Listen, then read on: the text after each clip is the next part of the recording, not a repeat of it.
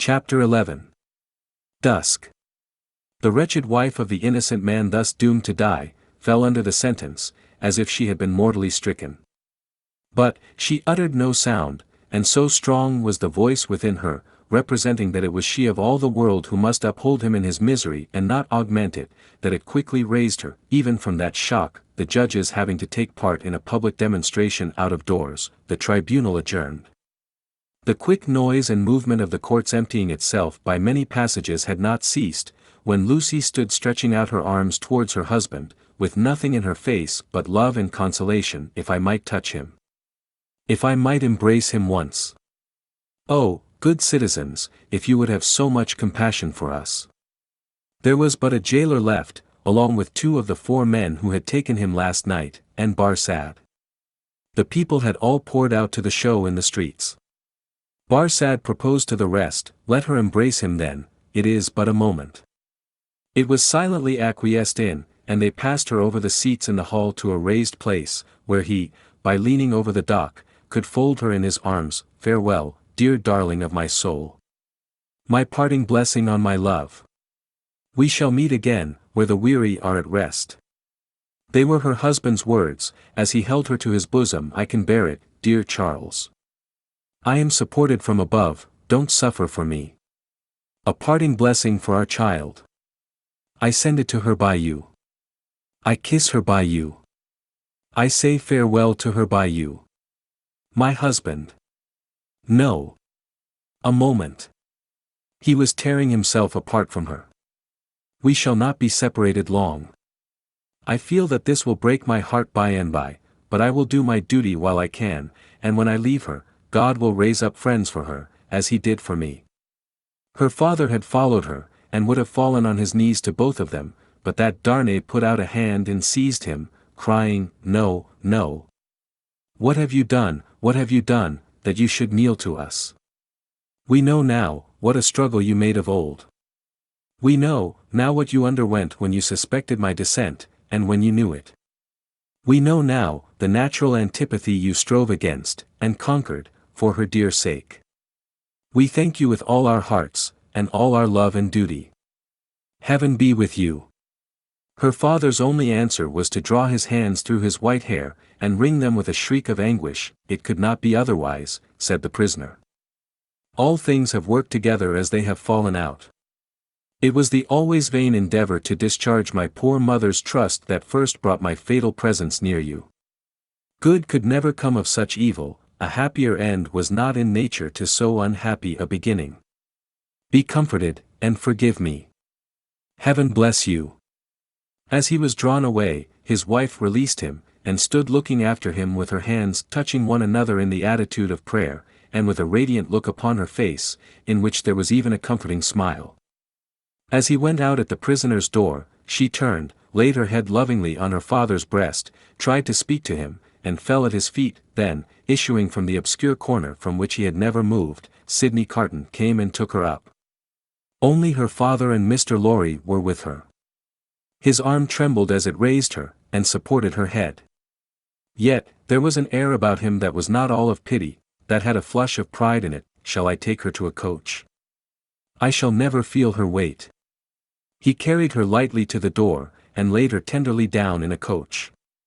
Her father and their old friend got into it, and he took his seat beside the driver. When they arrived at the gateway where he had paused in the dark not many hours before, to picture to himself on which of the rough stones of the street her feet had trodden, he lifted her again, and carried her up the staircase to their rooms.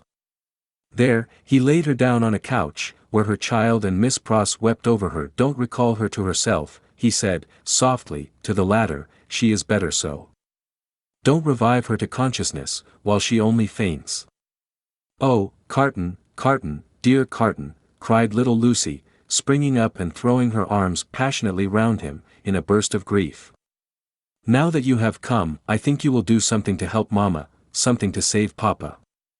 Oh, look at her, dear Carton. Can you, of all the people who love her, bear to see her so? He bent over the child, and laid her blooming cheek against his face. He put her gently from him, and looked at her unconscious mother. Before I go, he said, and paused, I may kiss her. It was remembered afterwards that when he bent down and touched her face with his lips, he murmured some words.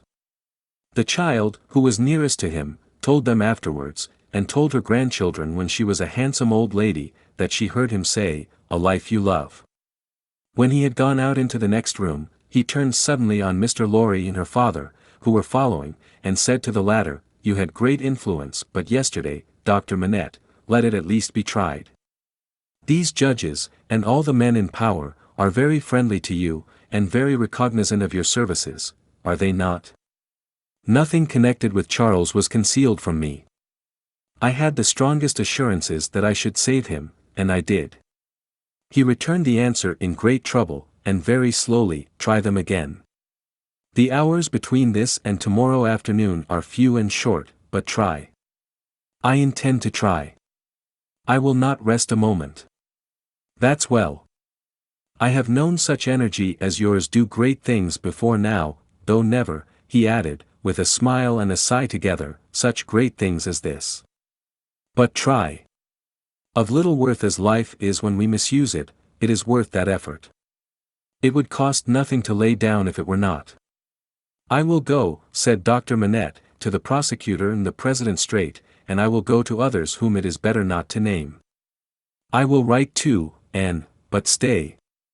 There is a celebration in the streets, and no one will be accessible until dark." "That's true. Well. It is a forlorn hope at the best, and not much the forlorner for being delayed till dark. I should like to know how you speed, though, mind. I expect nothing. When are you likely to have seen these dread powers, Dr. Manette?" "Immediately after dark, I should hope. Within an hour or two from this.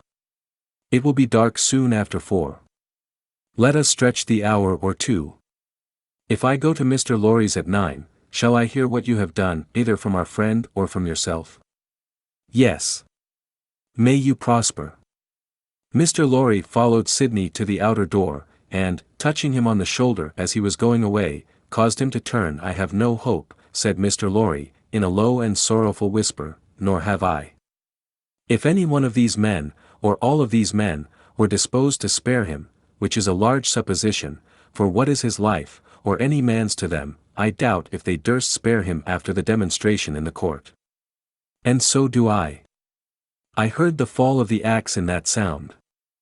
Mr. Lorry leaned his arm upon the doorpost, and bowed his face upon it. "Don't despond," said Carton, very gently, "don't grieve. I encouraged Dr. Manette in this idea, because I felt that it might one day be consolatory to her. Otherwise, she might think his life was wantonly thrown away or wasted, and that might trouble her." "Yes, yes, yes," returned Mr. Lorry, drying his eyes, "you are right. But he will perish, there is no real hope." "Yes.